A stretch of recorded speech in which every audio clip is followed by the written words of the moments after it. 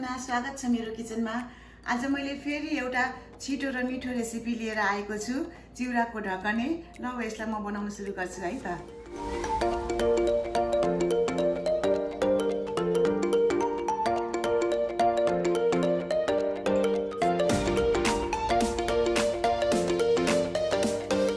सबैभन्दा पहिला म सबै मसलालाई अलिकति तेल राखेर पालैपिलो भुट्दैछु।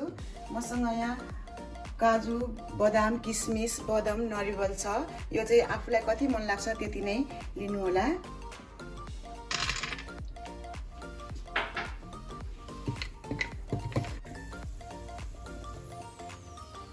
यतिको रातो भएपछि अब म यसलाई झिक्दैछु। यसरी नै बदाम र काजुलाई पनि म भुट्छु।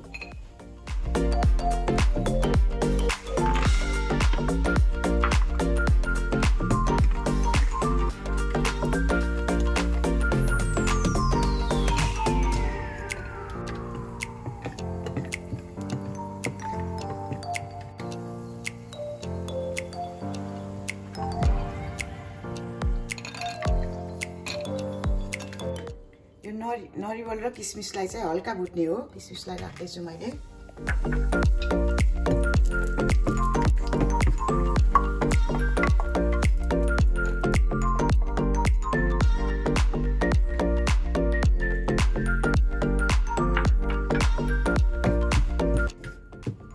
नरिवल पनि अब यति भएपछि भयो। अब मैले निकाल्दैछु।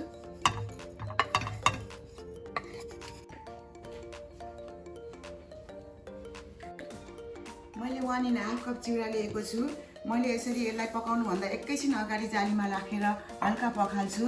धेरै बेर अगाडि पखाल्यो भने चिउरा ढाडिन्छ। मैले 1/3 कप अलिभ ओइल राख्दैछु।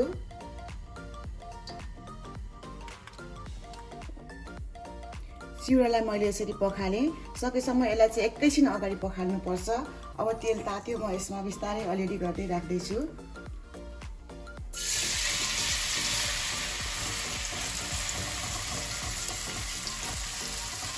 यसरी भुट्दै राख्दै गर्नुपर्छ। एकैचोटि नराख्ने, हल्का यसरी भुट्दै अनि फेरि यसरी थप्दै जाने।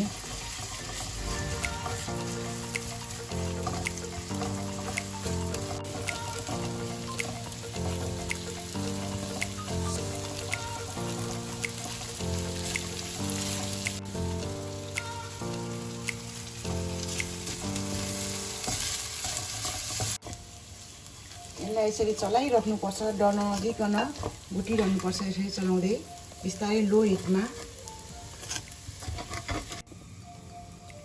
10-12 मिनट मैले लो हिटमा चलाउँदै भुट्दै गरेपछि यो यतिको भएर आयो। यसरी कलर पनि चेन्ज भयो, हल्का भएर एकदम राम्रोसँगले पुरिएको छ। अब म अघि यसमा भुटेर राखेको मसलाहरू राख्दैछु। काजु बदामलाई चाहिँ मैले अलिकति मसिनो गरेर काटेको छु। अब यसमा मैले 4 टेबल स्पुन कन्डेन्स मिल्क राख्दैछु।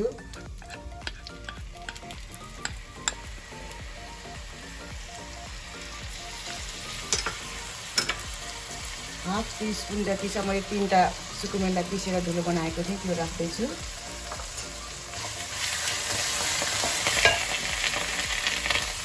अब तताएर राखेको मैले 1.5 कप दुधलाई अलिअलि गरेर राख्नुपर्छ। एकैचोटि राखेर गुजुज भएर माथिसम्म आउँछ, हात पोल्छ।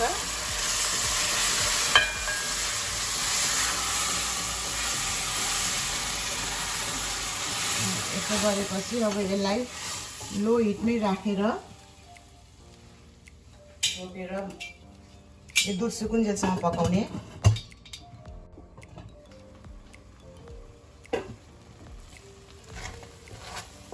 छ 7 मिनटपछि मैले यसलाई बिर्को खोलेर हेरेँ, यतिको राम्रोसँगले पाकेको छ।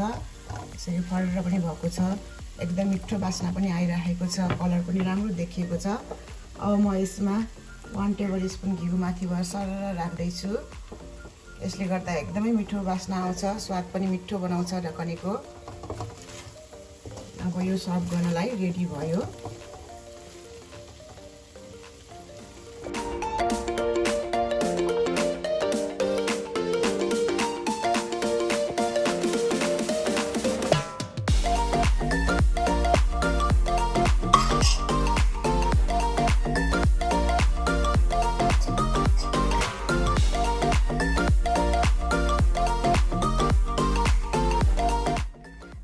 चिउराको ढकने पनि बनेर रेडी भयो।